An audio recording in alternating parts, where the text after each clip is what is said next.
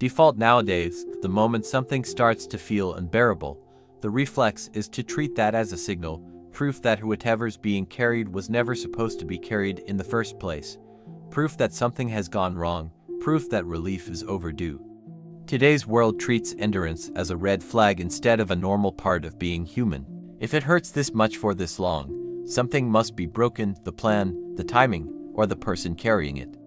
As time goes by under a weight like that, it gets harder and harder to imagine any answer besides "this needs to end now." But there's a passage that describes something almost nobody expects from a weight that heavy, written by someone who knew exactly what it felt like to carry more than he thought he could hold. 2 Corinthians chapter 1 has Paul describing a specific season, hard-pressed far beyond his ability to endure, so far beyond it that he and his companions despaired even of life itself. That's about as heavy as language gets. And in the very next sentence, Paul explains why he believes it happened. This happened, that we might not rely on ourselves, but on God. Not, this happened because something went wrong. Not, this happened, and then, eventually, meaning arrived later as a consolation. This happened specifically, deliberately, so that reliance would move from Paul's own strength to God's. That's the thing that rarely gets said out loud about a weight that won't lift. It isn't only being permitted. In some cases, it's doing something a lighter load simply couldn't do. This isn't a video promising your particular weight will lift on any specific timeline, because scripture doesn't make a promise like that either. It's a video naming what a weight like this is actually for, while it's still sitting on your shoulders. 1. The weight was never meant to prove you could carry it. The first reason is the one Paul names directly.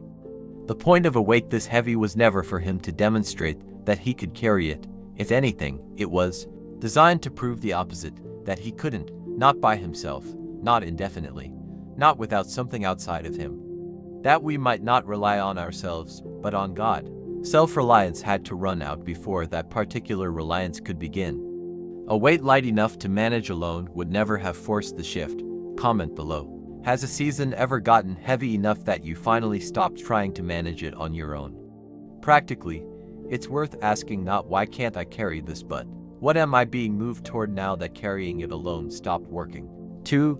The weight exposes what you've really been trusting. The second reason has less to do with the weight itself and more to do with what it reveals. 2 Corinthians 12 describes Paul given a thorn in the flesh, and though he asked 3 times for it to be removed, it stayed. Specifically, he's told to keep him from becoming conceited over how much he'd been given. "My grace is sufficient for you, for my power is made perfect in weakness." That's not a comforting footnote added after the fact. It's the actual reason the thorn was allowed to remain, because a strength Paul could take credit for wouldn't have needed grace at all. Practically, a weight that outlasts every attempt to manage it tends to surface exactly what a person has been quietly counting on instead of God. 3. The weight is doing work that only weight can do. The third reason has to do with what heaviness specifically produces, in a way lighter things don't.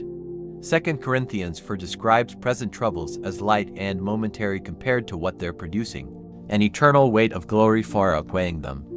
Notice the trade the verse describes isn't heaviness for nothing. It's heaviness for a heavier, permanent thing on the other side, one specifically shaped by carrying the temporary weight, not by avoiding it. Practically, it's worth asking what only this specific weight, not a lighter version, not an easier substitute, could actually be building.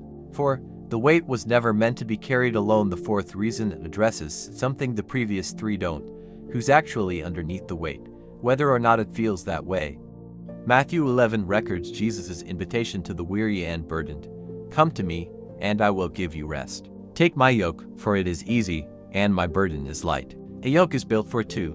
It doesn't remove the weight, it distributes it, meant to be worn alongside someone stronger, not carried solo while asking why it hasn't been lifted yet. Comment below, has there been a moment in a heavy season where you felt the weight shift, even slightly, without the situation itself changing at all? Practically, a weight that feels solely carried is worth re-examining for whether it's actually being shared and simply hasn't been recognized as such yet. 5. The weight doesn't have to be carried well to count. The fifth and final reason lowers the bar in a way that's easy to miss. 2 Corinthians 4 continues, hard-pressed on every side, but not crushed, perplexed, but not in despair, struck down, but not destroyed. Notice what isn't listed: not carried gracefully. Not carried without complaint, without doubt, without a single day of wanting it gone. Just not crushed. Still standing, however unsteadily, at the end of it, practically. Still carrying it, even badly, even barely, is itself the thing Scripture calls faithful, not the composure it was carried with. Not meant to prove you could carry it, exposing what's really being trusted. Producing something only weight can produce.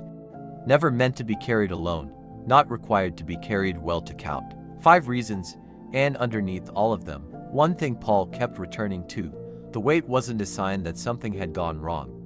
As time goes by under something that still hasn't lifted, it's worth remembering what Paul never claimed.